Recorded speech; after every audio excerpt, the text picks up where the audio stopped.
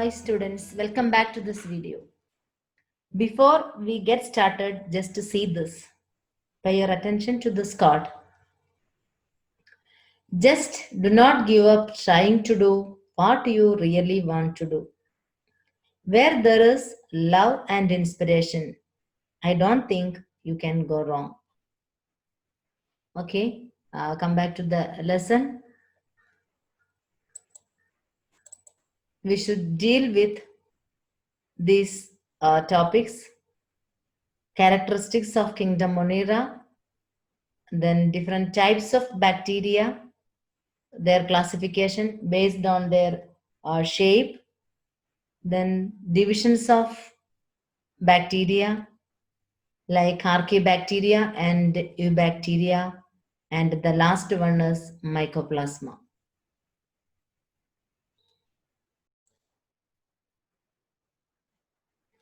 Yes, what about Kingdom Monera?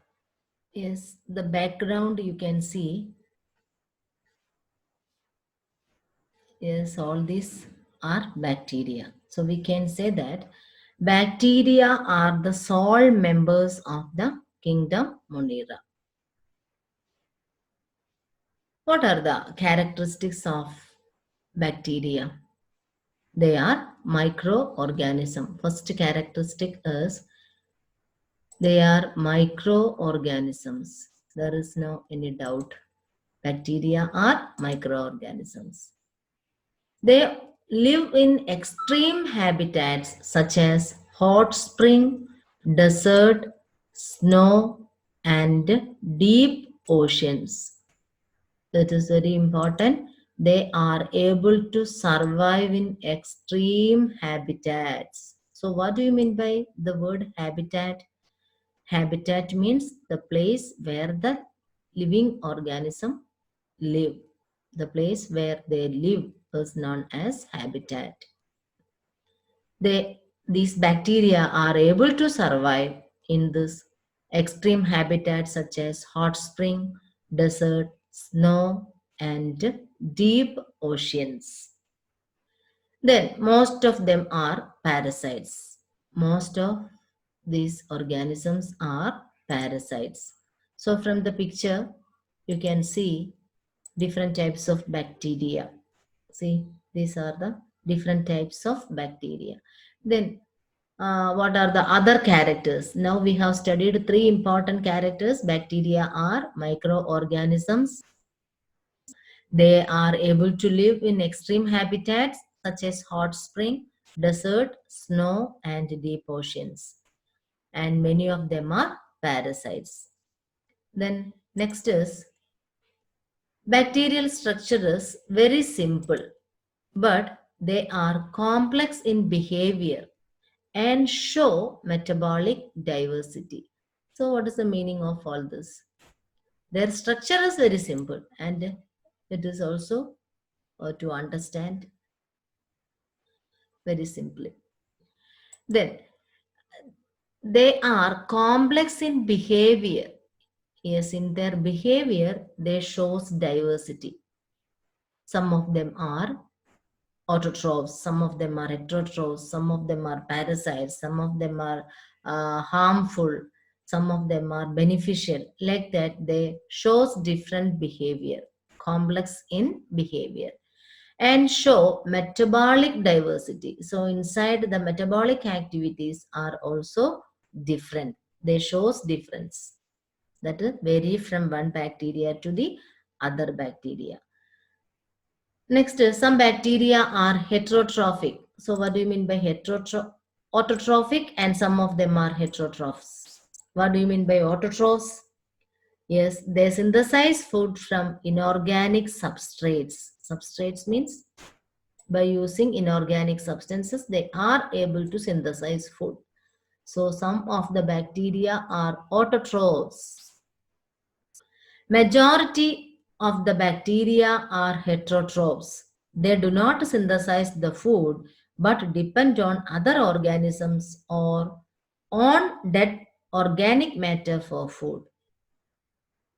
So what do you mean by heterotrophs? The organism which depends upon other organism for their food. So these are the characteristics, common characteristics of bacteria. Then do you know these bacteria are classified into four based on the shape. How are they classified? Based on the shape, bacteria are classified into four types. Which are they? Let us see one by one. Coccus. Yes, their shape is spherical. Their shape is spherical. Okay. Then rod-shaped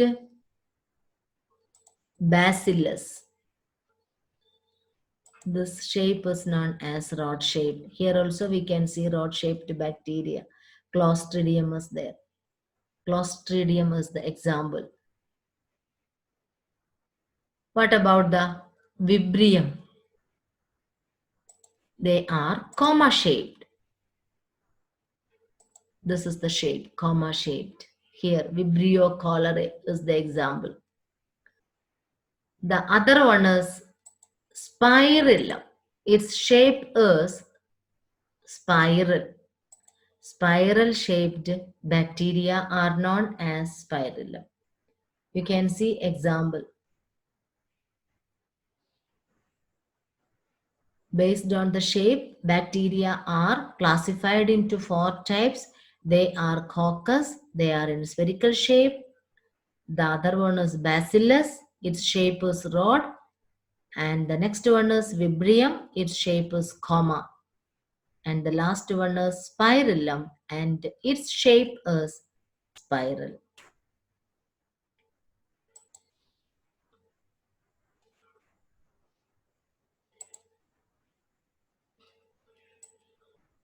The main classification of bacteria.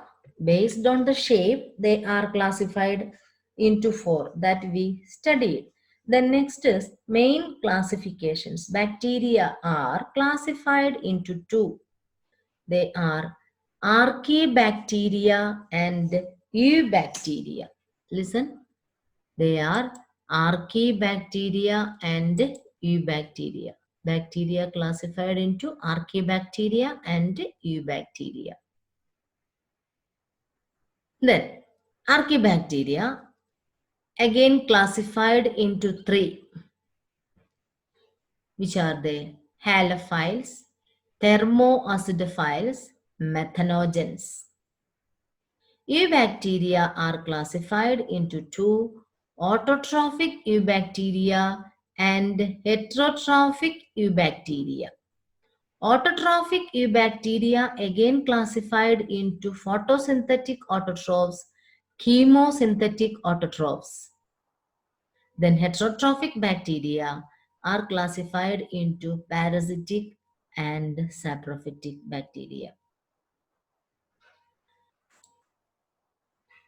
We can study in detail about this classification of bacteria. Archaebacteria. What are the important characteristics? See, they live in the harshest habitats such as extreme salty areas, hot spring, and marshy areas. So, based on this habitat in which they live, based on that, they have separate names. Halophiles. Halophiles means where do they live? They live in extreme salty area. They live in extreme salty area. Then what about methanogens? They live in marshy areas. Then thermoacidophiles. Thermo means hot. Yes, thermoacidophiles live in hot spring. So, which are they? They are halophiles, thermoacidophiles, and methanogens. Halophiles live in salty area. Thermoacidophiles live in hot spring, and methanogens live in marshy area. See, here the spelling is philes, not fight. Phytes, phytes means plants. Philes means bacteria. So halophiles, thermoacidophiles, and methanogens. Then what about their cell wall? Archaebacteria have a different cell wall structure for their survival in extreme conditions. Yes, we all have that doubt how they are able to survive in these extreme conditions. It is because of the presence of different types of cell wall, means strong cell wall structure they possess. Because of that, they are able to survive in these particular conditions. Then third one is methanogens are present in the guts of ruminant animals. Which are the ruminant animals? They are cow, buffalo, etc. They are live in the guts of ruminant animals. They produce methane. Yes, the main component of the biogas from the dung of these animals. Methanogens are present in the guts of ruminant animals. They are cows, buffaloes, etc. so that they can produce methane, biogas from the dung of these animals. See the photos, halophiles, thermoacidophiles. These are methanogens. Then the habitat of this methanogens in the guts of ruminant animals. Okay.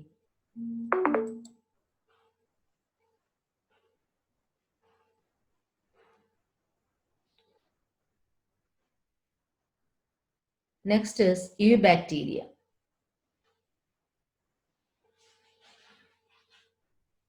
These eubacteria are known as true bacteria. Why? Because they have a rigid cell wall and a flagellum. They include autotrophs.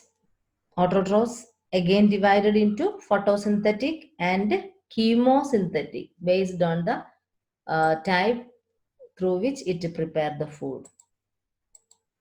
And some are heterotrophs. Some of them are heterotrophs. First, photosynthetic autotroph. Eubacteria are two types, photosynthetic autotroph or chemosynthetic autotroph. First of all, we are going to study about photosynthetic autotrophs. Example, cyanobacteria. You can see the uh, picture of the cyanobacteria, Anabina and Nostoc, then Oscillatoria. These are bacteria, cyanobacteria. They possess chlorophyll A. They possess the pigment chlorophyll A so that they are able to prepare the food. Then the other name of cyanobacteria, that is blue-green algae.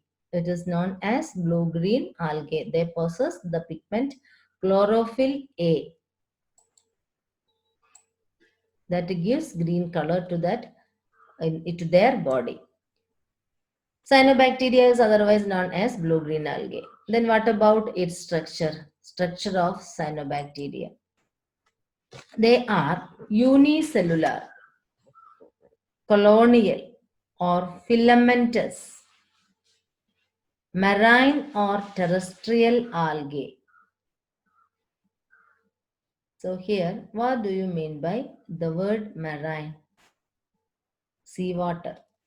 Then what do you mean by terrestrial? The organism lives on land are known as terrestrial. Actually, these are not algae, they are bacteria. Cyanobacteria is otherwise known as blue-green algae. Its name is like that, but they are not coming under the kingdom plants. The colonies are generally surrounded by gelatinous sheath that we can see here. They often form blooms in polluted water. Some of them fix atmospheric nitrogen in specialized cells called heterocyst. Example, nostoc and anabina. So that in order to understand what is heterocyst, you should see the diagram. Heterocyst is a special type of structure found in the cells. That heterocyst help the Annabina and Nostoc to fix atmospheric nitrogen. To fix atmospheric nitrogen. Next division of eubacteria, second type, that is chemosynthetic autotrophs. They oxidize inorganic substances such as nitrate, nitrite, and ammonia and use the released energy for ATP production. They help in recycling nutrients like nitrogen, phosphorus, iron, and sulfur. You have studied about the chemosynthesis in your lower grade. I think ninth standard, based on ninth standard syllabus, you have studied what is chemosynthesis. Where you have studied like this, they synthesize or they get energy from breaking down the chemical substances. So, but here you have to say the answer in different way, that is they oxidize inorganic substances such as nitrate, nitrite, and ammonia and use that energy for ATP production. That means for their survival. They help in recycling nutrients like nitrogen, phosphorus, iron, and sulfur.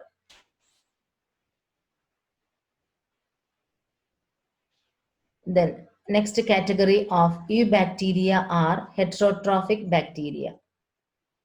We have studied about autotrophic eubacteria. Autotrophic eubacteria are divided into two, which are the photosynthetic autotrophs and chemosynthetic autotrophs that we have studied. The next, some of the eubacteria are heterotrophic bacteria. So we are going to study about that. What are heterotrophic bacteria? We know that the meaning of the word heterotrophs, they depend upon other organism for their survival, means for their food. Heterotrophic bacteria, they are the most abundant in nature. It is very important from your examination point of view. These heterotrophic bacteria are the most abundant in nature. The majority are important decomposers. We have studied what are decomposers. They break down the dead and decayed organisms to release energy. So the majority are important decomposers. Then what about the heterotrophic bacteria? What is their impact on our affairs, means human affairs? Impacts of this heterotrophic bacteria on human affairs. They are used to make curd from milk. That means useful. These bacteria are useful. Some of them are useful. Then they used for the production of antibiotics. Then fixing nitrogen legume roots. Some are pathogens. They are causative organisms that cause many diseases like cholera, typhoid, tetanus, citrus canker. So this is not familiar to you. This is a disease caused in plants, especially citrus plant. Examples of the bacteria here: Rhizobium, Vibrio cholerae, Salmonella, etc. What about the reproduction in bacteria?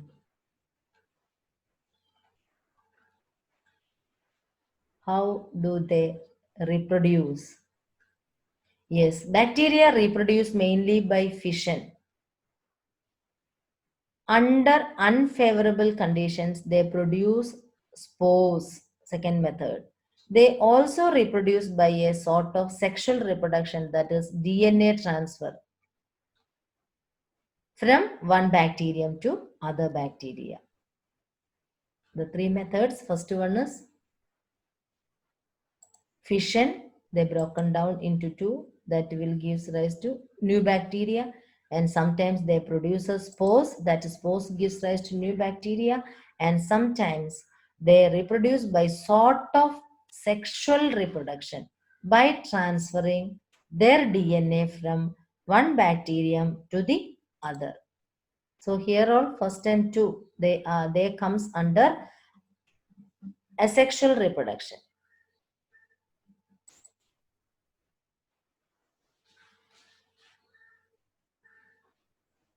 Then, have you heard about mycoplasma? What are mycoplasma? They are known as smallest living cells known. They can survive without oxygen. Many are pathogenic in animals and plants. These organisms don't have a cell wall. They are able to live without oxygen. They are the smallest living cells known, mycoplasma.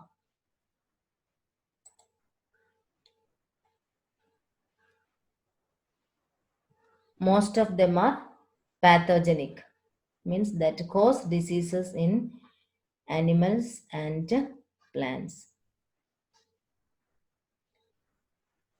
Okay, students, that's all about today's class. Thank you for watching this video.